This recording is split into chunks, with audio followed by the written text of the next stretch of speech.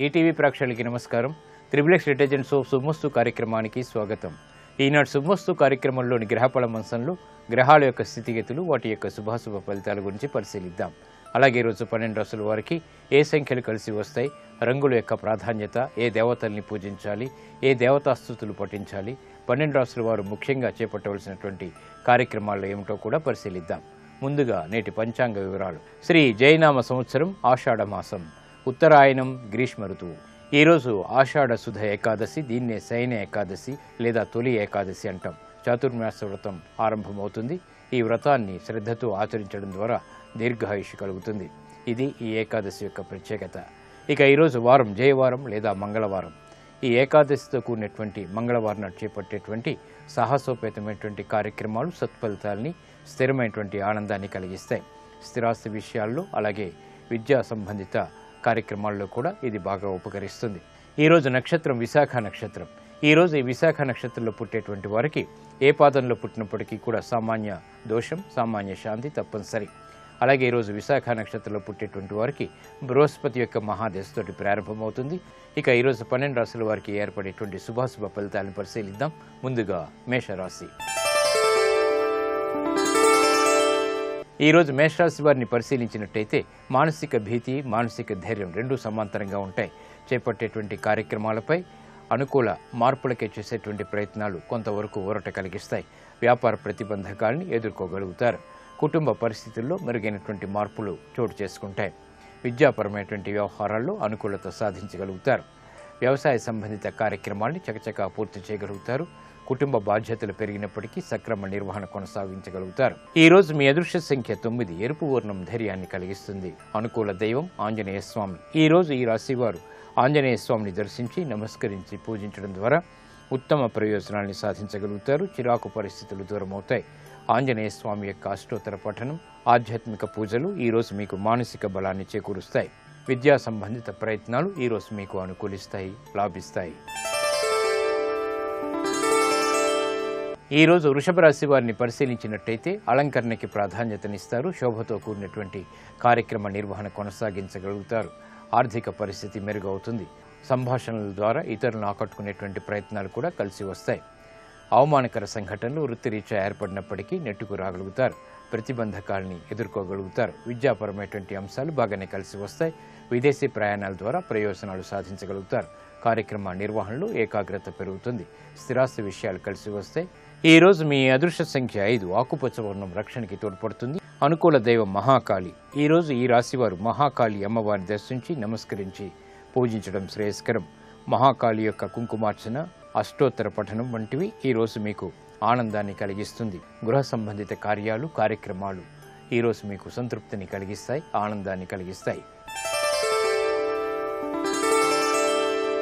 ఈరోజు మిథున రాశి వారిని పరిశీలించినట్టయితే విద్యా విషయాల్లో అనుకూలత ఏర్పడుతుంది. విజయాలు సాధించగలుగుతారు. ఆర్థిక పరిస్థితి మెరుగవుతుంది. పిల్లల ద్వారా ఆనందం లభిస్తుంది. కుటుంబ పరిస్థితుల్లో అనుకూల మార్పులు ఆనందాన్ని కలిగిస్తాయి. స్వతంత్ర నిర్ణయాలు తీసుకోగలుగుతారు. కార్యక్రమ నిర్వహణలో విజయాలు సాధించగలుగుతారు. శత్రుభీతి పోతుంది. వృత్తి, వ్యాపార, ఉద్యోగ సంబంధిత కార్యక్రమాల్లో ఆర్థిక సంబంధ బాంధవ్యాలు మెరుగవుతాయి. ప్రయాణాల ద్వారా ప్రయోజనాలు సాధించగలుగుతారు. ఈ రోజు మీ అదృష్ట సంఖ్య 1. ఎరుపు వర్ణం ధైర్యాన్ని కలిగిస్తుంది.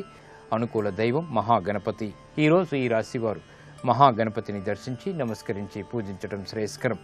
గణపతి అష్టోత్తర పఠనం ఈరోజు మీకు విజయాల్ని దగ్గర చేస్తుంది. గ్రహ ప్రతికూలతని దూరం చేస్తుంది.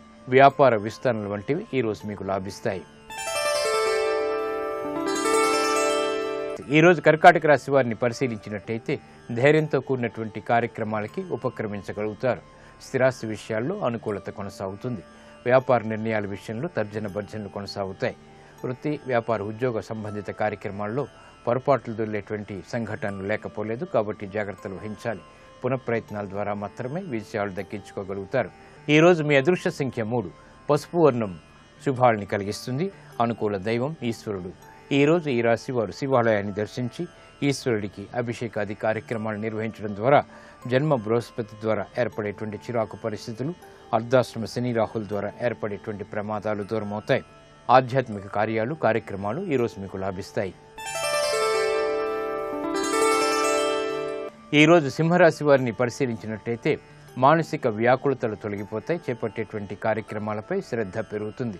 శత్రువులపై విజయాలు సాధించగలుగుతారు. రుణ ఒత్తిళ్లు బాగా తగ్గుతాయి. ఆదాయాన్ని పెంపొందింప చేసుకునేటువంటి మార్గాలు సులభతరమవుతాయి. కార్యక్రమ నిర్వహణలో ఏర్పడినటువంటి లోపాలని సవరించుకునేటువంటి అవకాశాలు దగ్గరవుతాయి. కుటుంబ పరిస్థితులు మెరుగవుతాయి. ఈరోజు మీ అదృష్ట సంఖ్య 2. తెలుపు వర్ణం ప్రశాంతతను పెంచుతుంది. అనుకూల దైవం లక్ష్మీ నరసింహస్వామి. ఈరోజు ఈ రాశివారు లక్ష్మీ నరసింహస్వామిని దర్శించి నమస్కరించి పూజించడం ద్వారా ఉత్తమ విజయాలు సాధించగలుగుతారు. లక్ష్మీ నరసింహస్వామి యొక్క అష్టోత్తర పఠనం, ఆధ్యాత్మిక పూజలు ఈరోజు మీకు మానసిక ధైర్యాన్ని పెంచి విజయాలను దగ్గర చేస్తుంది. పెట్టుబడులు ఈరోజు మీకు లాభిస్తాయి. ఈరోజు కన్యారాశి వారిని పరిశీలించినట్టయితే వ్యాపార కార్యకలాపాలని సజావుగా పూర్తి చేయగలుగుతారు. నూతన అవకాశాలు అన్ని రంగాల వరకు దగ్గరవుతాయి. ఆత్మవిశ్వాసం పెరుగుతుంది. లాభదాయకమైనటువంటి కార్యక్రమ నిర్వహణకై చేసేటువంటి ప్రయత్నాలు కలిసి వస్తాయి. ఆర్థిక పరిస్థితిలో మెరుగైనటువంటి మార్పులు చోటు చేసుకుంటాయి. ఆదాయం వ్యయం సమాంతరంగా ఉన్నప్పటికీ సంతృప్తికర సంఘటనలు ఆనందాన్ని కలిగిస్తాయి. శ్రమ తగ్గుతుంది. ఈరోజు మీ అదృష్ట సంఖ్య 3. పసుపు వర్ణం త్వరితగతిన శుభాల్ని కలిగిస్తుంది. అనుకూల దైవం శ్రీ వెంకటేశ్వర స్వామి. ఈరోజు ఈ రాశి వారు శ్రీ వెంకటేశ్వర స్వామిని దర్శించి నమస్కరించి పూజించడం ద్వారా ఉత్తమ ప్రయోజనాలు సాధించగలుగుతారు. ఏలినాటి శని ద్వారా ఏర్పడేటువంటి విఘ్నాలు దూరమవుతాయి. శ్రీ వెంకటేశ్వర అష్టోత్తర పఠనం ఈరోజు మీకు బలాన్ని చేకూరుస్తుంది. ఆధ్యాత్మిక కార్యక్రమాలు ఈరోజు మీకు అనుకూలిస్తాయి, లాభిస్తాయి. ఈరోజు తులారాశి వారిని పరిశీలించినట్టయితే చిరాకు పరిస్థితులు ఉద్యోగరీత్యా ప్రబలమవుతాయి. చేపట్టేటువంటి కార్యక్రమాల్లో ఏకాగ్రత తగ్గుతుంది. కార్యక్రమ నిర్వహణలో ఏర్పడినటువంటి పొరపాట్లని సవరించుకోలేకపోతారు. విదేశీ సంబంధిత లావాదేవీల విషయంలో జాగ్రత్తలు పాటించాలి. ఖర్చులు ఉక్కిరిబిక్కిరి చేస్తాయి. వ్యయం పెరుగుతుంది. ఆదాయాన్ని పెంపొందింప చేసుకోలేనటువంటి నిస్సహాయ పరిస్థితులు మనస్తాపాన్ని కలిగిస్తాయి. వ్యాపార ప్రతిబంధకాలు కూడా ప్రబలమవుతాయి. ఈరోజు మీ అదృష్ట సంఖ్య 9. ఎరుపు వర్ణం ధైర్యాన్ని కలిగిస్తుంది. రక్షణకి తోడవుతుంది. అనుకూల దైవం మహాకాళి. ఈరోజు ఈ రాశి వారు మహాకాళి అమ్మవారిని దర్శించి నమస్కరించడం ద్వారా అయోమయ పరిస్థితులు దూరమవుతాయి. మహాకాళి అమ్మవారికి చేసేటువంటి కుంకుమార్చన, అష్టోత్తర పఠనం వంటి పూజాది కార్యక్రమాలు ఉత్తమ ఫలితాన్ని కలిగించి గ్రహ అతి ప్రతికూలతని దూరం చేస్తుంది. ప్రశాంతతని దగ్గర చేస్తుంది. ఉద్యోగ పునఃప్రయత్నాలు ఈరోజు మీకు ఊరట కలిగిస్తాయి. ఈరోజు వృశ్చిక రాశి వారిని పరిశీలించినట్టయితే ఆకస్మిక విజయాలు లేకపోలేదు. సంబంధ బాంధవ్యాలు మెరుగవుతాయి. వృత్తిలో ఏర్పడినటువంటి అనిశ్చితి తొలగిపోతుంది. వ్యాపార ప్రతిబంధకాలని తొలగించుకునేటువంటి ప్రయత్నాలు కలిసి వస్తాయి. నూతన కార్యక్రమాల్ని ప్రారంభించగలుగుతారు. పెట్టుబడుల ద్వారా ఆశించినటువంటి ప్రయోజనాలు దగ్గరవుతాయి. విదేశీ వ్యవహారాలు బాగానే కలిసి వస్తాయి. ఉద్యోగ సంబంధిత కార్యక్రమాల్లో నైపుణ్యాన్ని ప్రదర్శించగలుగుతారు. ఇతరుల ద్వారా ఏర్పడినటువంటి సమస్యలకు పరిష్కారాలు లభిస్తాయి. నూతన కార్యక్రమాలకి శ్రీకారం చుట్టగలుగుతారు. గృహ విషయాల్లో అనుకూల పరిస్థితులు ఆనందాన్ని కలిగిస్తాయి. ఈరోజు మీ అదృష్ట సంఖ్య 9. ఎరుపు వర్ణం ధైర్యాన్ని కలిగిస్తుంది. సాహసోపేతమైనటువంటి నిర్ణయాల ద్వారా విజయాలను దగ్గర చేస్తుంది. అనుకూల దైవం ఆంజనేయ స్వామి. ఈరోజు ఈ రాశివారు ఆంజనేయ స్వామిని దర్శించి నమస్కరించి పూజించడం శ్రేయస్కరం. ఆంజనేయ స్వామికి చేసేటువంటి అష్టోత్తర పఠనం, ఆంజనేయ స్వామికి చేసేటువంటి ఆధ్యాత్మిక పూజలు ఈరోజు మనోధైర్యాన్ని పెంచి ఆత్మవిశ్వాసాన్ని పెంపొందింపచేస్తుంది. తద్వారా విజయాలు వేగవంతంగా దగ్గరవుతాయి. వ్యాపార నూతన ఒప్పందాలు ఈరోజు మీకు లాభిస్తాయి. ఈరోజు ధనుస్సు రాశి వారిని పరిశీలించినట్టయితే వ్యాపార ప్రయోజనాల్ని సాధించడానికి చేసేటువంటి ప్రయత్నాలు ఆకస్మికంగా కలిసి వస్తాయి. బలమైనటువంటి మిత్రుల ద్వారా లబ్ధి చేకూరుతుంది. వ్యాపార ప్రతిబంధకాలను ఎదుర్కోగలుగుతారు. వృత్తి, ఉద్యోగ సంబంధిత కార్యక్రమాల్లో కూడా ప్రాధాన్యత పెరుగుతుంది. కార్యక్రమ నిర్వహణలో వేగవంతమైనటువంటి అనుకూల మార్పులు ఆనందాన్ని కలిగిస్తాయి. ఆరోగ్యంలో చిరు సమస్యలు ఉన్నప్పటికీ నెట్టుకు రాగలుగుతారు. ఈరోజు మీ అదృష్ట సంఖ్య 5. ఆకుపచ్చ వర్ణం రక్షణకి తోడవుతుంది. ఆహ్లాద పరిస్థితుల్ని ఆహ్వానిస్తుంది. అనుకూల దైవం సుబ్రహ్మణ్య స్వామి. ఈరోజు ఈ రాశివారు సుబ్రహ్మణ్య స్వామిని దర్శించి నమస్కరించి పూజించడం ద్వారా మానసిక వ్యాకులతలు తొలగిపోతాయి. ప్రశాంతత పెరుగుతుంది. సుబ్రహ్మణ్య స్వామికి చేసేటువంటి ఆధ్యాత్మిక పూజలు, అష్టోత్తర పఠనాలు ఉత్తమ ఫలితాలను కలిగించి ధైర్యాన్ని పెంపొందింపచేసి సాహసోపేతమైనటువంటి నిర్ణయాలు తద్వారా విజయాలు కలిగిస్తుంది.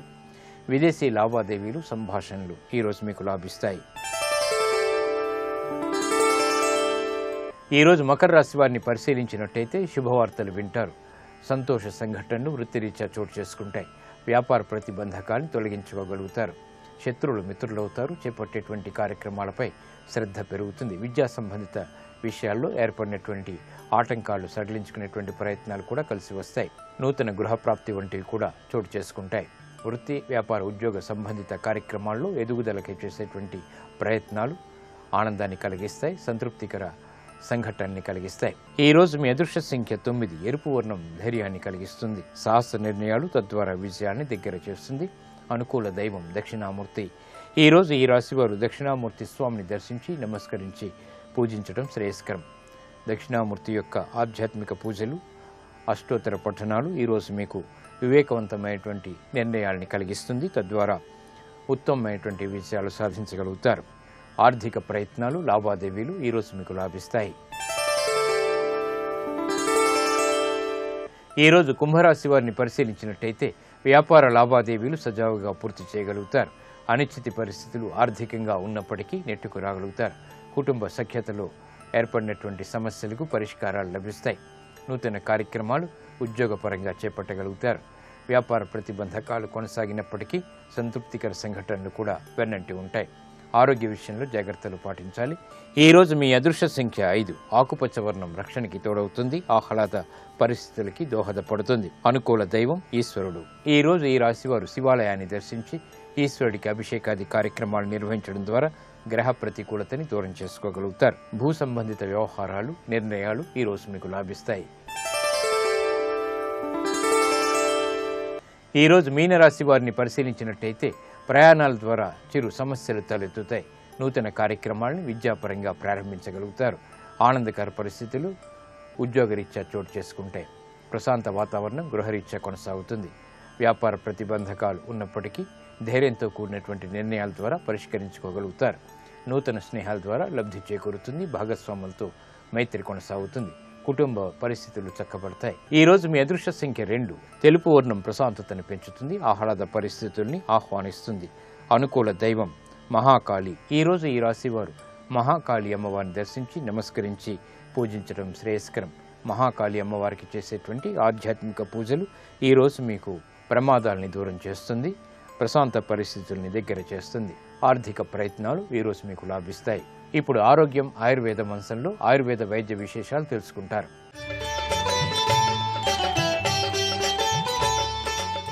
నమస్కారం. ఈనాటి శుభమస్తు కార్యక్రమంలో ఆరోగ్యం, ఆయుర్వేదం శీర్షికన ఏకాగ్రతను పెంచుకోవడానికి ఆయుర్వేదంలో ఉండేటువంటి మార్గాల గురించి తెలుసుకుందాం. ఎవరికైనా సరే ఏదైనా ఒక పని చేయాలన్నా, ఒక విషయం గురించిన జ్ఞానాన్ని పెంచుకోవాలన్నా, దేనికైనా సరే ఏకాగ్రత చాలా చాలా అవసరమైనటువంటిది. ముఖ్యంగా చదువుకునేటువంటి విద్యార్థులకి ఈ ఏకాగ్రత అనేటువంటిది అత్యవసరమైనటువంటి అంశం. మామూలుగా ఏంటంటే మనకి 5 జ్ఞానేంద్రియాలు ఉంటాయి. 5 జ్ఞానేంద్రియాల నుంచి రకరకాల నాలెడ్జ్లు మన శరీరానికి అంటే మన మెదడుకి అందుతూ ఉంటాయి. ఇలా రకరకాల అంశాలు వస్తూ ఉన్నప్పుడు ఏమవుతుందంటే మెదడుకి ఒకదాని మీద ఒకేసారి దృష్టి కేంద్రీకరించే శక్తి ఉంటుంది. అలాగా ఎక్కువ అంశాలు ఒకేసారి వచ్చినట్టయితే కనుక ఏకాగ్రత ఉండడానికి అవకాశం తక్కువగా ఉంటుంది. ఏకాగ్రత కావాలి అనుకున్న వాళ్ళు ఒకసారి ఒకే అంశం మీద దృష్టి కనుక కేంద్రీకరించేందుకు సాధన చేసినట్టయితే ఏకాగ్రత పెంచుకోవడానికి అవకాశం ఉంటుంది. అలా ఏకాగ్రత పెంచుకోవడానికి ఔషధపరంగా మనకి సహాయపడేటువంటి ఒక మంచి మూలిక బ్రాహ్మి. ఈ బ్రాహ్మి అనేటువంటిది ఒక చక్కటి తీగలాగా పెరిగేటువంటి మూలిక. ఒకవేళ అవకాశం కుదిరినట్టయితే కనుక బ్రాహ్మిని పచ్చి తీగగా తీసుకొచ్చి మూలిక మొత్తాన్ని కడిగి దంచి రసం తీసుకుని వాడుకోవచ్చు. అటువంటి అవకాశం ఎక్కువ మందికి ఉండదు కనుక మిగతా వాళ్ళు ఏం చేయాలంటే ఎండబెట్టినటువంటి ఈ బ్రాహ్మి తీగని ఔషధంగా వాడుకోవచ్చు. ఎండబెట్టినటువంటి తీగని ఒక చూర్ణంలాగా చేసేసుకుని ఆ చూర్ణాన్ని కొంచెం అంటే గాలి దూరకుండా ఉండి ఇలాంటి సీసాలో పోసి భద్రపరుచుకుని ఉదయం ఒకసారి, సాయంత్రం ఒకసారి సుమారుగా 2 నుంచి 3 గ్రాముల పరిమాణంలో ఈ చూర్ణాన్ని తీసుకొని దాంట్లో కొంచెం ఆవు నేతిని కలిపి కనుక తీసుకుంటూ ఉన్నట్టయితే ఏకాగ్రత పెంచుకోవడానికి ఈ బ్రాహ్మి బాగా సహాయపడుతుంది.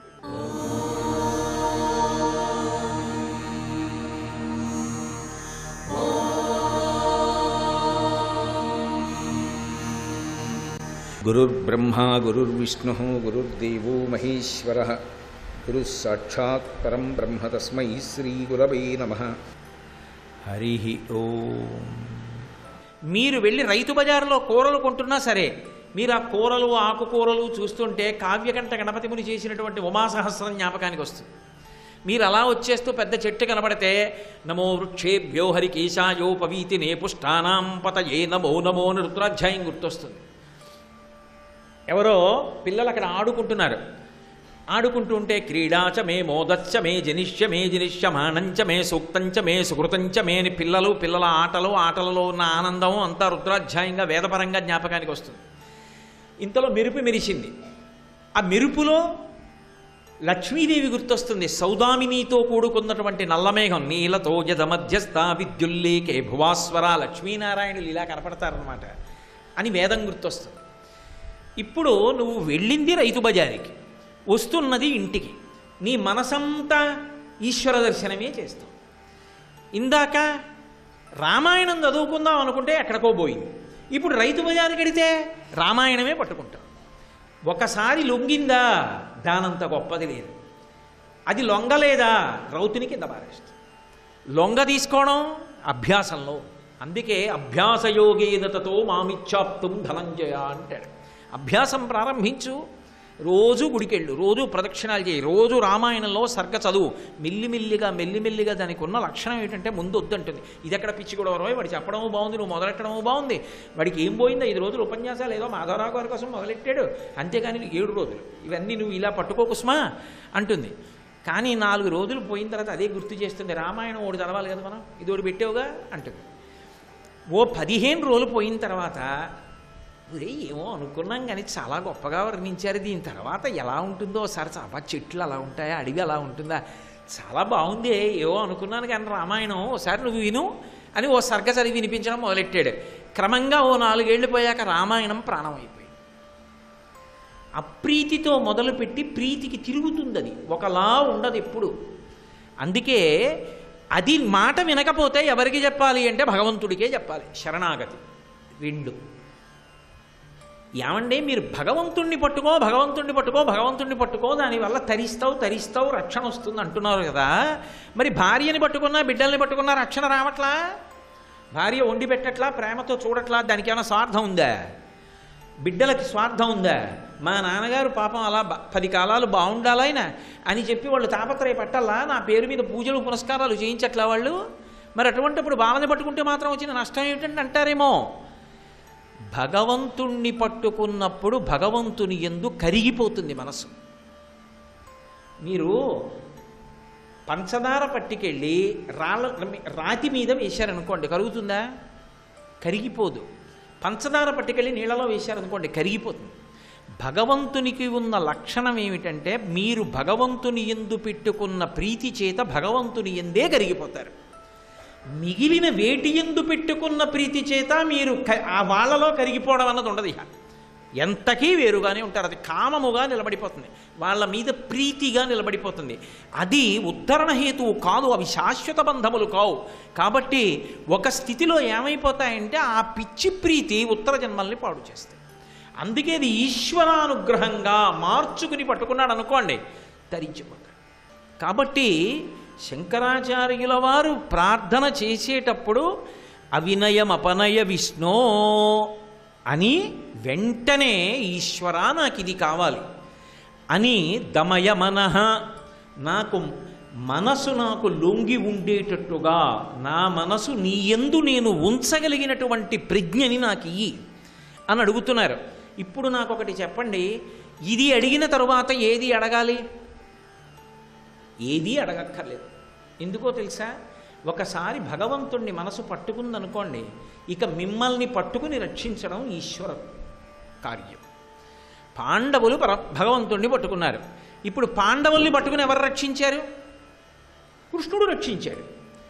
ఆఖరికి ఎంత రక్షించాడంటే యుద్ధం అంతా అయిపోయిన తరువాత ఇక ఈ రథంతో అవసరం లేదు అనుకున్న స్థితిలో అర్జునుడిని ఎక్కించుకుని దూరంగా నదీ తీరానికి తీసుకెళ్ళాడు కృష్ణుడు.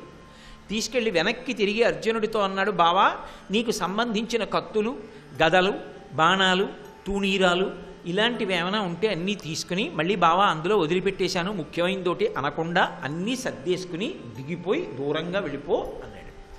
అది గురువుగారి మాట మీద గురంటే. ఎందుకు బావా అని అడగలేదు అర్జునుడు. కృష్ణుడు చెప్పాడు, మూట కట్టుకుని వెళ్ళిపోయాడు, దూరంగా వెళ్ళి నించున్నాడు. ఇలా పైకి చూసి పతాకం మీద ఉన్న హనుమతో అన్నారు, హనుమ మీరు బయలుదేరండి. హనుమ పతాకాన్ని విడిచిపెట్టి వెళ్ళిపోయారు.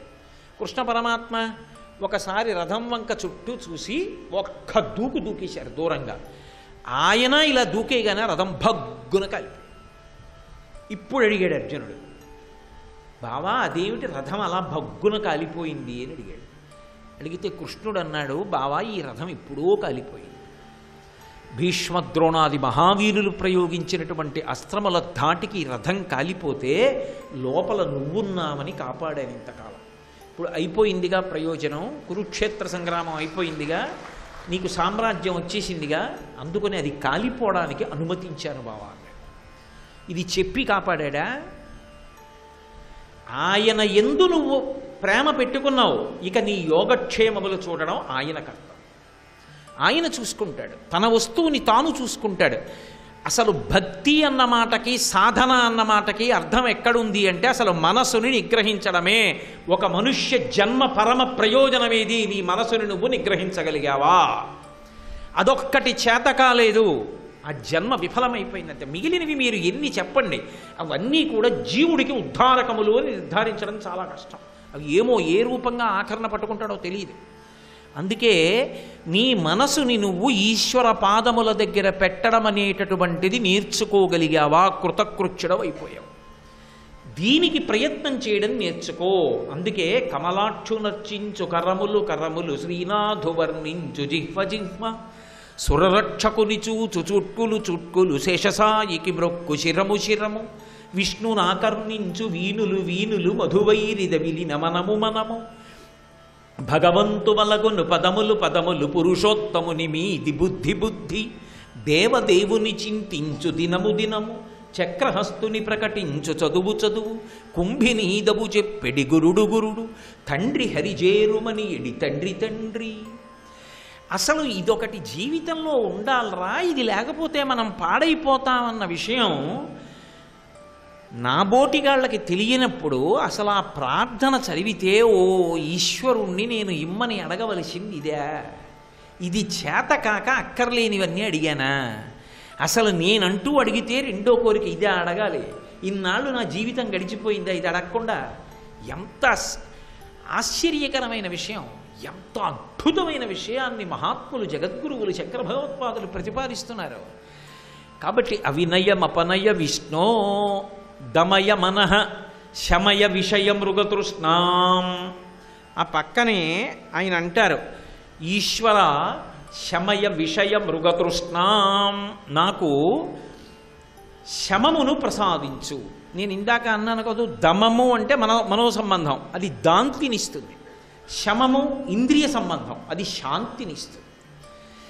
శాంతినిచ్చుట అంటే తిన్నగా మనసుని మీరు నిగ్రహించలేకపోతున్నారు అనుకోండి, అది సంకల్ప వికల్ప సంఘాతం. దాన్ని నియంత్రించలేకపోతున్నారు, అది పట్టు పట్టలేదు. పడకపోతే ఏం చేయాలంటే ఇంకొక మార్గంలో ప్రయత్నం చేయాలి. ఆ రెండో మార్గం ఏమిటి అంటే దాన్ని శమదమాదులలో శమమును పొందుట అంటారు. అంటే ఇంద్రియములను నిగ్రహించుట.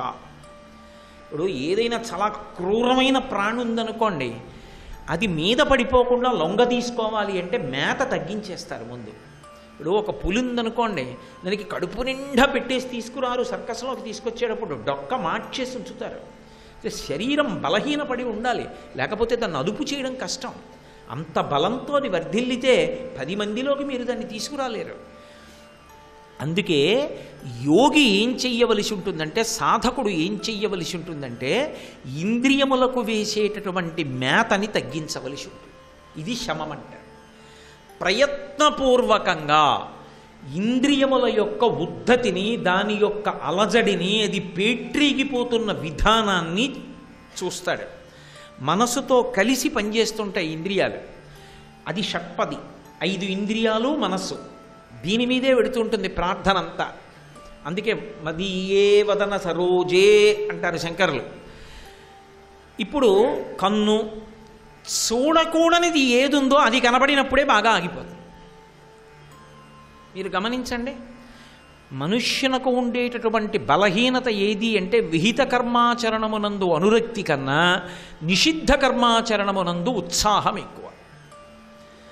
ఏమయ్యా రోజు 5 గంటలకి స్నానం చెయ్యి ఓ నెల్లాళ్ళు అన్నాను అనుకోండి, ఏదో తెల్లవారకట్ట 5 గంటలకు లేచి మొత్తం మీద స్నానం చేసేస్తాడు, పెద్ద కష్టం కాదు. ఏమయ్యో 5 గంటలకి స్నానం చేసేటప్పుడు మొదటి చెంబు పోసుకునేటప్పుడు మాత్రం కోతి గుర్తు రాకూడదు అన్నాను అనుకోండి, అదే గుర్తొస్తుంది. ఇది చెయ్యవద్దు అని ఏదంటానో ఆ చెయ్యవద్దని ఎందుకన్నాడు అది తెలుసుకోవాలని కుతూహలం.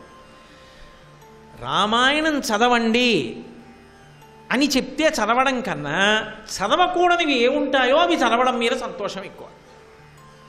ఎందుకంటే ఇది మనిషి మనసుకు ఉండేటటువంటి బలహీనత. ఆ కారణం చేత కన్ను తొందరగా ఎక్కడాగిపోతుందంటే ఏది చూడకూడనిది ఉన్నదో దాని దగ్గరే ఆగుతుంది. ఆగి లోపలికి చేరవేస్తుంది. వేస్తే మనసు కదిలిపోతుంది రజోగుణ తమోగుణంతో. ముక్కు ఏది వాసన చూడకూడదో దాన్ని వాసన చూసి లోపలికి పంపుతుంది. దాని యొక్క ఉద్ధతికి మనసు కదిలిపోతుంది. నాలుక ఏది ఎలా తినకూడదో దాన్ని అలా తినడానికే ఉత్సాహాన్ని పొంది లోపలికి పంపుతుంది, మనసు కదిలిపోతుంది. మనసు తిన్న దాంట్లో 6వ వంతండి, అది సూక్ష్మ శరీరం, అది కదులుతుంది మళ్ళీ ఉద్వేగంతో. ఏది ముట్టుకోకూడదో అదోసారి ముట్టుకుంటాడు, ముట్టుకోగానే మనసు ఉద్వేగాన్ని పొందుతుంది, ఉద్వేగాన్ని పొందగానే మనసు కదిలిపోతుంది. రజోగుణ తమోగుణాలతో సంక్రమిస్తాయి. ఏది వాసన చూడకూడదో దాన్ని వాసన చూస్తాడు, మనసు ఉత్సాహం పొందుతుంది, మళ్ళీ రజోగుణ తమోగుణాలు అంటుకుంటాయి. ఇప్పుడు ఇంద్రియముల వలన మనస్సు కదిలిపోతూ ఉంటుంది. ఇప్పుడు కదిలిపోతున్న మనస్సుని నువ్వు నిగ్రహించలేకపోతే మనసు నాకు దొరకట్లేదండి, అది వెళ్ళిపోతోందండి అటు ఇటు అంటావా, ఇంద్రియములకు మేత పెట్టడం తగ్గించు. సర్వం శ్రీ ఉమామహేశ్వర పరబ్రహ్మార్పణమస్తు. స్వస్తి. మనసు రజోగుణ తమోగుణంతో కూడుకున్నటువంటి ప్రకంపనలను ఎందుకు విడిచిపెడుతుందంటే సత్వగుణం వైపుకి తిరిగావు, అది భగవంతుడి వైపుకి తిరిగితే వదిలిపెట్టేస్తుందండి. ఈ ఏకాగ్రత పెంచుకోవడానికి ఏంటంటే కొన్ని టెక్నిక్స్ ఫాలో అవుతూ ఉండాలి. మామూలుగా చూడండి, మనకి ఏదైనా ఇష్టమైనటువంటి అంశం ఉన్నట్టయితే కనుక చిన్నపిల్లలకు కానివ్వండి పెద్దవాళ్ళకి కానివ్వండి దాని మీద దృష్టి బాగా నిలబడుతూ ఉంటుంది. అంటే ఏంటంటే ఇష్టమైనటువంటిది కనుక నేర్చుకోవాల్సి వస్తే దాని మీద మనకి ఏకాగ్రత ఆటోమేటిక్గా వస్తుందన్నమాట.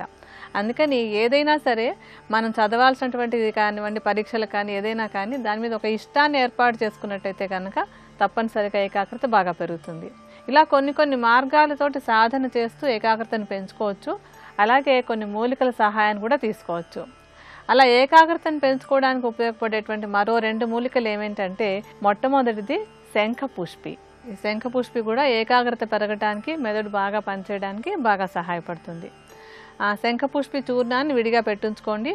దీంతో పాటు కలుపుకోవడానికి మనకు కావాల్సినటువంటి మరొక మూలిక వసకొమ్ము. ఈ వసకొమ్ముని తెలుగులో వసకొమ్ము అంటాం, సంస్కృతంలో వచ అంటారు. ఇది కూడా మెదడుకు ఒక మంచి టానిక్ లాగా పనిచేసేటువంటిది, ఏకాగ్రత పెరగడానికి బాగా తోడ్పడుతుంది.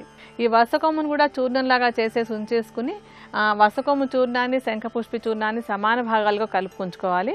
ఈ చూర్ణాన్ని ఏం చేయాలంటే సుమారుగా ఒక 2 గ్రాముల పరిమాణంలో ఉదయం ఒకసారి సాయంత్రం ఒకసారి కొంచెం తేనె కలిపి తీసుకుంటూ ఉన్నా కూడా ఏకాగ్రతను పెంచుకోవచ్చు.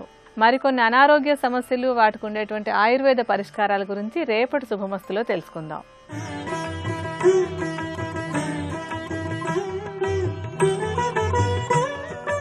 త్రిబులెక్స్ డిటర్జెంట్ సోప్ శుభమస్తు కార్యక్రమంలో శుభయోగం శీర్షికకి స్వాగతం. ఈ శీర్షికన శకునాలు వాటి ప్రభావాలు అనే అంశం గురించి పరిశీలిద్దాం.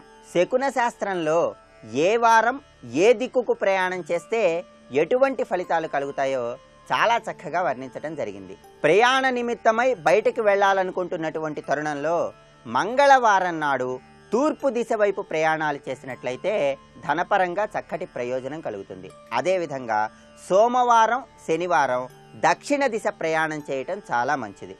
బుధవారం గురువారం పడమర దిశ వైపు ప్రయాణం చేసినట్లయితే అఖండ ధనలాభం కీర్తి ప్రతిష్టలు కలుగుతాయి. ఆదివారం శుక్రవారం ఉత్తర దిక్కుకు ప్రయాణాన్ని చేసినట్లయితే ధనధాన్య లాభాలు కలుగుతాయి. తూర్పు దిక్కుకు ప్రయాణమైనటువంటి తరుణంలో ఎప్పుడైనా సరే నెయ్యి కలిపినటువంటి అన్నాన్ని స్వీకరించి ప్రయాణాన్ని నిర్వహించాలని, అదేవిధంగా ఉత్తర దిక్కుకు ప్రయాణమైనటువంటి సమయంలో పరమాన్నం స్వీకరించి ప్రయాణాన్ని కొనసాగించాలని, దక్షిణ దిక్కుకు ప్రయాణమైనటువంటి సమయంలో పులగం స్వీకరించి ప్రయాణాన్ని కొనసాగించినట్లయితే అత్యద్భుతమైనటువంటి ఫలితాలు కలుగుతాయని ఏ వారం ఏ దిక్కుకు ప్రయాణం చేస్తే ఎటువంటి ఫలితాలు కలుగుతాయో, కొన్ని ప్రత్యేకమైన దిక్కులలో ప్రయాణం చేస్తున్నటువంటి తరుణంలో ఎలాంటి ఆహార పదార్థాలను స్వీకరించాలో శకున శాస్త్రంలో వర్ణించడం జరిగింది. అదేవిధంగా ప్రయాణ నిమిత్తమై మనం బయటికి వెళుతున్నటువంటి తరుణంలో కొన్ని శుభశకునాలు ఎదురైనట్లయితే మనకు చక్కటి ప్రయోజనం కలుగుతుంది. వ్యవసాయదారులు ఎవరైనా సరే ప్రయాణ సమయంలో వ్యవసాయ పనిముట్లతో కనుక ఎదురైనట్లయితే మనం ప్రయత్నం చేయటం ద్వారా సర్వకార్యాలలో విజయం లభిస్తుంది. అదేవిధంగా పండ్లు పూలు ప్రయాణ సమయంలో మనకు ఎదురైనట్లయితే విశేషమైన ధనలాభం కలుగుతుంది. అలాగే పాలు, పెరుగు, మజ్జిగ అమ్మేవాళ్ళు కనుక మనకు ఎదురైనట్లయితే అఖండమైనటువంటి ధనలాభం కలుగుతుంది. అదేవిధంగా ప్రయాణ నిమిత్తమై బయటికి వెళుతున్నటువంటి తరుణంలో ఎవరైనా పూజా సామాగ్రితో మనకు ఎదురైనట్లయితే అఖండ విజయం కలుగుతుందని, కీర్తి ప్రతిష్టలు కలుగుతాయని శకున శాస్త్రంలో వర్ణించడం జరిగింది. క్రొత్తగా వివాహమైనటువంటి వధూవరులు కనుక మనకి ప్రయాణ సమయంలో ఎదురైనట్లయితే మిత్రుల ద్వారా విశేషమైన ఫలితం కలుగుతుందని, మిత్రుల ద్వారా జీవితంలో అత్యంత ఉన్నత స్థాయికి ఎదగగలమని శకున శాస్త్రంలో వర్ణించడం జరిగింది. ప్రయాణ సమయంలో వీణ, మృదంగం, పిల్లనగ్రోవి ఇలాంటివి ఎదురైనట్లయితే మనశ్శాంతి కలుగుతుందని, మానసికంగా ప్రశాంతతను పొంది కార్యజయాన్ని పెంపొందింపజేసుకోవచ్చని శకున శాస్త్ర వచనం. నల్లకోతి ఎదురైనట్లయితే శీఘ్రమే కార్యజయం కలుగుతుంది. ఎప్పుడైనా సరే ప్రయాణ నిమిత్తమై బయటికి వెళ్తున్నటువంటి తరుణంలో నల్లకోతి లేదా కొండముచ్చు ఎదురైనట్లయితే వెంటనే కార్యజయం కలుగుతుందని శకున శాస్త్ర వచనం. ప్రయాణానికి వెళ్ళేటప్పుడు వేద మంత్రాలు వినటం ద్వారా మన విజ్ఞానం ద్వారా చక్కటి అభివృద్ధిని సాధించవచ్చని, అది శుభశకునమని శకున శాస్త్ర వచనం. ప్రయాణ సమయంలో గుడ్లగూబ అరిస్తే ఎంతో మంచిది. ఏదైనా ముఖ్యమైన కార్యనిమిత్తమై బయటికి వెళ్తున్నటువంటి తరుణంలో మనకి గుడ్లగూబ అరుపు వినిపించినట్లయితే సంతానానికి చక్కటి పురోభివృద్ధి కలుగుతుందని, సంతానం ఉత్తమ స్థాయికి ఎదుగుతారని శకున శాస్త్రంలో వర్ణించడం జరిగింది. అలాగే ప్రయాణ సమయంలో గాజులు, అలారం, ఫ్యాన్సీ వస్తువులు ఇలాంటివి ఎదురైనట్లయితే సుఖము, ఆనందము ప్రయాణంలో కలుగుతాయని, ప్రయాణం ద్వారా చక్కటి ప్రయోజనాలను పొందవచ్చని శకున శాస్త్రంలో వర్ణించడం జరిగింది. ఇంకా శకునాలకు సంబంధించిన మరిన్ని ఆసక్తికరమైన విశేషాంశాలను గురించి వచ్చే మంగళవారం శుభమస్తు కార్యక్రమంలో శుభయోగం శీర్షికన తెలుసుకుందాం. రేపటి శుభమస్తు కార్యక్రమంలో శుభయోగం శీర్షికన రత్నధారణ ప్రయోజనాలు అనే అంశం గురించి పరిశీలిద్దాం.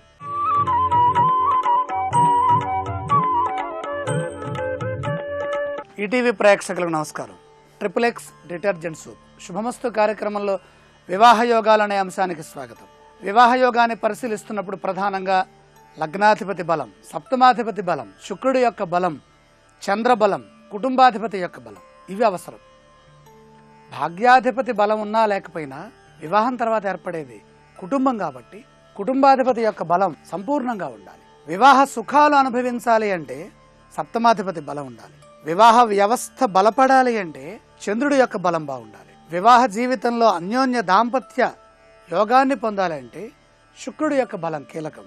ముఖ్యంగా మీనలగ్నాన్ని కనుక మనం పరిశీలిస్తే గురువు యొక్క బలము, అలాగే బుధుడు యొక్క బలం ఈ రెండు ప్రధానమైనవి. ధనుస్సుకి కూడా గురు బుధులే, మీనానికి గురు బుధులే. అలాగే మిథునాన్ని తీసుకున్నప్పుడు బుధగురులు, కన్యను తీసుకున్నప్పుడు బుధగురులు. పురుషుడు యొక్క జాతకమే ప్రధానమైనది, స్త్రీ జాతకం కీలకం, ప్రధానము కీలకం. ముఖ్య భూమిక పోషించేటటువంటి పాత్ర ఇక్కడ స్త్రీ అయితే దానంతా భౌతిక ప్రపంచానికి, బయట ప్రపంచానికి వినియోగంలోకి తీసుకొచ్చేది భర్త స్థానం. ఇది గుర్తుపెట్టుకోవాలి అందరూ. సర్వాంగానాం శిరఃప్రధానం, శరీర భాగములన్నిటికీ కూడా శిరస్సు ప్రధానమైనది. అది పురుషుడు యొక్క స్థానం భార్యాభర్తల్లో. అసలు బతికి జీవించి ఉండాలంటే గుండెకాయ ప్రధానం మనకి. భార్యాభర్తల్లో గుండెకాయ ఎవరయ్యా? భార్య. జాతకాన్ని పరిశీలిస్తున్నప్పుడు ఏం చూడాలి? పురుషుడు యొక్క జాతకం ఏ విధంగా ఉన్నది, తన సామర్థ్యం ఎంత, తన యొక్క అధికార వినియోగం ఎంత, ఈ విషయాన్ని గమనిస్తే గురువు యొక్క బలం కీలకమైంది. మీన గురువు జ్ఞాని, ఎక్కువగా మాట్లాడే వ్యక్తులు కాదు మీనం వాళ్ళు. మీన లగ్నంలో జన్మించిన, మీన రాశిలో జన్మించిన వాళ్ళకు ఉండేటటువంటి ఆధ్యాత్మిక సంపద చాలా ఎక్కువగా ఉంటుంది. ఆ ఆధ్యాత్మికత అధికంగా ఉండటం ద్వారాగా సౌమ్యులుగా విరాజిల్లుతూ ఉంటారు. కన్యాలగ్న జాతకులు భార్యాస్థానంలో ఉన్నారనుకోండి, వాళ్ళ నైపుణ్యమే నైపుణ్యం అండి. అసలు కన్య వాళ్ళు ఎక్కడున్నా గొప్పవాళ్ళే. ఎందుకని? మహావిష్ణు స్థానం అది. మరి బుధుడిది మహావిష్ణు స్థానంగా చెప్పినప్పుడు మిథునం మహావిష్ణు స్థానం కాదా అంటే కాదని చెబుతుంది శాస్త్రం. స్వక్షేత్రము, ఉచ్చక్షేత్రము, మూల త్రికోణ స్థానము కన్యారాశి వహించింది. ఒక్క ఆధిపత్యం మిథునానికి ఇవ్వచ్చుగా. కన్యలో బుధుడు ఉచ్చను పొందినప్పుడు మూల త్రికోణ స్థానము మిథునానికి ఇవ్వచ్చుగా. అప్పుడు సమన్యాయం చేసినట్టు అవుతుందిగా. అలా చేయలే. మిథునము కేవలం స్వక్షేత్రముగానే ఉన్నది. స్వక్షేత్ర, ఉచ్చ, మూల త్రికోణ స్థానములు కన్యకొచ్చినాయి. ఆ కన్యాస్వరూపంలోనే మోహిని అవతారం ఉన్నది. చేతిలో దీపం ఉన్నది. ఆకర్షణ సామర్థ్యాన్ని పొంది ఉన్నది. కన్యా కర్షణి నింగ్ ధాతువు లాగుతూ ఉంటుంది. ప్రతి ఫలితం చెప్పండి, కన్యకి ప్రత్యేకమైన స్థానం. మహావిష్ణు నిలయ స్థానం అది. బుధవారానికి ఆధిపత్యాన్ని వహిస్తున్నటువంటి స్థానం అది. ఇక్కడ ధనుస్సుకి మిథునానికి ఉన్నటువంటి సంబంధంలో విజ్ఞానత్వాన్ని చెప్పుకున్నాం. జ్ఞాన విషయాలను మనం చెప్పుకున్నాం. విజ్ఞాన అంశాలను చెప్పుకున్నాం. మీనానికి వచ్చేసరికల్లా మీనం అనేది మోక్షస్థానం, సహజ మోక్షస్థానం, వేదములకి నిలయమైన స్థానం. వీళ్ళకుండే జ్ఞానం అత్యధికంగా ఉంటుంది. వీళ్ళ దాంపత్యము చరిత్రను సృష్టిస్తుంది. ఆ చరిత్రను సృష్టించే మీనలగ్న జాతకుల యొక్క దాంపత్య వైభవం ఎలా ఉంటుందో రేపటి శుభమస్తు కార్యక్రమంలో పరిశీలన చేద్దాం. ఇప్పుడు ఆరోగ్యం యోగా అనే శీర్షికన అనారోగ్య సమస్యల నివారణకే ఉపకరించే కొన్ని యోగాసనాలని పరిశీలన చేద్దాం. మూర్ఛవ్యాధి తగ్గడానికి ఉపకరించే రాజకపోతాసనం. మూర్ఛవ్యాధి రావడానికి అనేక కారణాలు ఉంటాయి. తీవ్రమైన మానసిక ఒత్తిడి వల్ల, దీర్ఘ రోగాల వల్ల, అతిగా మద్యాన్ని సేవించడం వల్ల, ఔషధాల దుష్ప్రభావాల వల్ల, తీవ్రమైన జ్వరం వల్ల మూర్ఛవ్యాధి రావచ్చు. ఈ మూర్ఛవ్యాధిని ఫిట్స్గా కూడా వ్యవహరిస్తారు. మానసికంగా ఏర్పడే అసమతౌల్యం వల్ల మూర్ఛవ్యాధి వస్తుంది. మూర్ఛవ్యాధి లక్షణాలు నివారించుకోవడానికి రాజకపోతాసనం కూడా చక్కగా ఉపకరిస్తుంది. నేలపై కూర్చుని రెండు కాళ్లను చాపాలి. ఎడమ కాలిని ముడిచి ఉదర భాగం ముందుంచాలి. కుడి కాలును వెనక నుంచి మడిచి తల వెనుక కుడి అరికాలిని ఉంచాలి. ఈ కాలుని రెండు చేతులతో పట్టుకోవాలి. ఈ రాజకపోతాసనాన్ని మూర్ఛవ్యాధిగ్రస్తులు నిరంతరం సాధన చేయడం ద్వారా మెదడులోని నరాలు, మెదడులోని రక్త ప్రసరణ వ్యవస్థ ఉత్తేజితమవుతాయి. తద్వారా మూర్ఛవ్యాధి నుంచి ఉపశమనం లభిస్తుంది.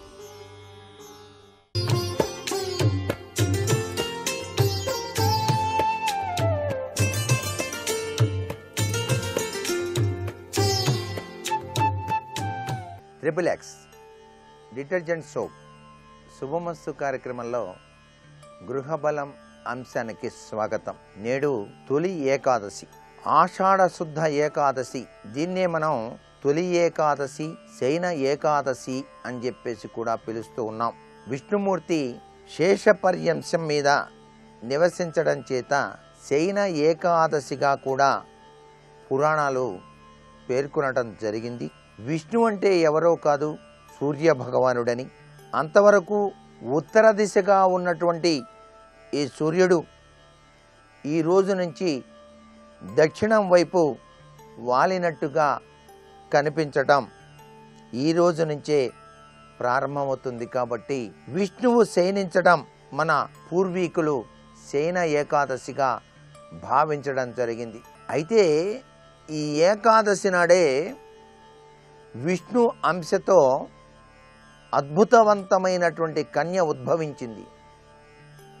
ఆ కన్య మురుడు అనేటువంటి రాక్షసుణ్ణి సంహరించడానికి విష్ణుమూర్తికి సహకరించింది. అందుచేత విష్ణుమూర్తి సంతుష్టుడై ఆమెను వరం కోరుకోమంటే తాను సర్వకాలాల్లోనూ విష్ణువు ప్రియంగా ఉండాలని, సర్వతిథుల్లో కూడాను ప్రముఖంగా పూజలు అందుకోవాలని చెప్పేసి కోరుకుంది. నాటి నుంచి ఏకాదశి వ్రతానికి ప్రాధాన్యత వచ్చింది అని చెప్పేసి శాస్త్రం. తొలి ఏకాదశి నాడు ప్రతివారు కూడా గృహంలో విష్ణుమూర్తిని ఆరాధన చేయటంతో పాటుగా ఉపవాసం అనేటువంటిది తప్పనిసరిగా పాటించాలి. ఉపవాసం గనక ఉన్నట్లయితే ఆరోగ్యప్రదమైనటువంటి జీవితాన్ని గడపడానికి ఆస్కారం అధికంగా ఉంటుంది. కాబట్టి ఈ ఉపవాస విధుల్లో కూడాను తప్పనిసరిగా విష్ణు ధ్యానంతో ఉపవాసం చేయాలి. స్వామివారికి పరమ పవిత్రవంతమైనటువంటి తులసి మాలను చక్కగా అలంకరించి విష్ణు సహస్రనామ పారాయణ, భాగవత పారాయణ ఇటువంటివి కనుక ఆచరించినట్లయితే ఆ స్వామి యొక్క చల్లని దీవెనల యొక్క ప్రభావం చేత గృహంలో దేదీప్యవంతమైనటువంటి దైవచింతన పుంజాలు ప్రసరింపజేయటానికి ఆస్కారం ఉంది. ఈ తొలి ఏకాదశి నాడే ఏకాహం అనేటువంటిది విష్ణునామ సంకీర్తన గనక ఎవరైనా సరే గృహంలో గనక నిర్వర్తించినట్లయితే ఆ గృహానికి దేదీప్యవంతమైనటువంటి దైవశక్తి పుంజాలు చక్కగా విరాజిలింప చేసుకోవడానికి ఆస్కారం ఉంది. మరుసటి నాడు ద్వాదశి నాడు బ్రాహ్మణోత్తములను పిలిచి షడ్రసోపేతంగా విందు గనక ఏర్పాటు చేసినట్లయితే ఆరోగ్యప్రదంగా ఆ ఇంటిల్లిపాది కూడా జీవించటానికి ఆస్కారం ఉంటుంది అని చెప్పేసి శాస్త్రం. అందుచేత తొలి ఏకాదశి పండుగగా దీన్ని అభివర్ణించారు. ఇది గృహవాస్తురీత్యా కూడాను ప్రతి గృహ యజమాని, ఇల్లాలు, ఇంటిలోని వారందరూ కూడా ఆచరించదగ్గటువంటి గొప్ప విశేషం. ఈరోజు విష్ణుమూర్తికి ప్రీతివంతమైనటువంటి అభిషేకార్చన కూడాను నిర్వహించి స్వామివారికి కస్తూరి తిలకాన్ని దిద్ది చక్కగా స్వామికి ప్రీతివంతమైనటువంటి తులసి దళాలతో అర్చన గనక చేసినట్లయితే అభీష్ట సిద్ధిని స్వామివారు అనుగ్రహింపచేస్తాడు. మీ ఇంటి పూజా మందిరంలో విష్ణుమూర్తికి వేసినటువంటి ఆ యొక్క తులసి మాలను మీ గృహ ద్వారబంధానికి చక్కగా కనుక తోరణ ద్వారంగా కనుక కట్టినట్లయితే లక్ష్మీప్రియ, ఆ తల్లి విష్ణుప్రియ కాబట్టి ఆ లక్ష్మీదేవి ఇంటిలోనికి ప్రవేశించి సకల సౌభాగ్యాల్ని కూడాను మనకు కలిగిస్తుంది అని చెప్పేసి శాస్త్రం. ఈ రోజున ప్రతి ఇంటి గడప కూడా పసుపుతో చక్కగా పసుపు రాసి దానికి చక్కటి కుంకుమను అద్ది తోరణాలు కట్టి ఆ జగన్మోహన స్వరూపుడైనటువంటి ఆ పరమాత్మను ఆహ్వానించాలి ఇంటిలోకి. ఏ విధంగా అయితే ఆహ్వానించామో ఆ విష్ణుపత్ని అయినటువంటి లక్ష్మీదేవి కూడా ఇంటిలోకి ప్రవేశించడం జరుగుతుంది. ఈ ఏకాదశి తిథి నాడు వీలైతే సత్యనారాయణ వ్రతాన్ని కూడాను నిర్వహించేటువంటి వారు గృహంలో చాలా చక్కటి యోగాన్ని పొందుతారు అని చెప్పేసి కూడా చెప్పవచ్చు. నేటి వాస్తు సందేహాన్ని గనక పరిశీలన చేసినట్లయితే దైవ బలం మానవ జీవితానికి ఏ విధంగా సహకరిస్తుంది అన్నది ప్రశ్న. అద్భుతవంతమైనటువంటిది ఈ మానవ జీవితం. ఏ నిమిషానైనా సరే పగిలిపోతుంది. ఈ పగిలిపోయేటువంటి జీవితంలో అనుక్షణం కూడా మానవుణ్ణి రక్షించేది అనేక రీతుల్లో, ఇటు గ్రహచార రీత్యా అటు వాస్తుశాస్త్ర రీత్యా కూడాను దైవ బలమే. అందుకే దైవ బలం ఎక్కువగా పెంపొందించుకోవడానికే మన భారతీయ సంస్కృతి సంప్రదాయంలో అనేక పండుగలు మనకు మహర్షులు నిర్దేశించారు. అనేక ఉపవాసాది కార్యక్రమాలు కూడా నిర్వర్తించేటువంటి విధి విధానం మన పండుగల్లో దాగింది. అందుచేత ఈ ఏకాదశి పర్వదినం ఉపవాసానికి చాలా ప్రాశస్త్యం వహించింది. కాబట్టి ఈ తొలి ఏకాదశి నాడు ఉపవాసం ఉండి ఆది మధ్యాంతరవర్తి నారాయణ్ణి ఆరాధన చేసినట్లయితే దైవ బలంతో అన్నిటినీ కూడా అధిగమించడానికి ఆస్కారం ఉంది అనేటువంటి విషయాన్ని గ్రహించాలి.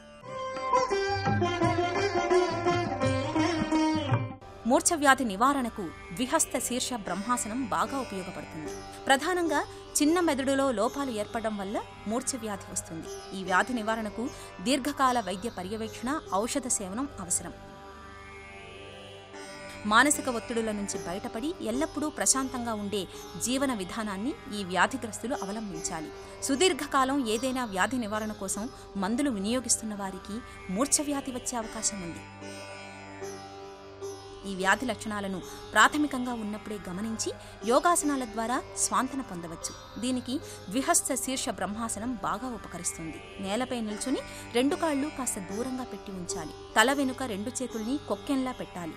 ఈ ఆసనాన్ని నిరంతరం సాధన చేయడం ద్వారా చిన్న మెదడులోని సమస్యలు పరిష్కారమవుతాయి. దీనివల్ల మూర్ఛవ్యాధి ఉపశమించే అవకాశం ఉంది.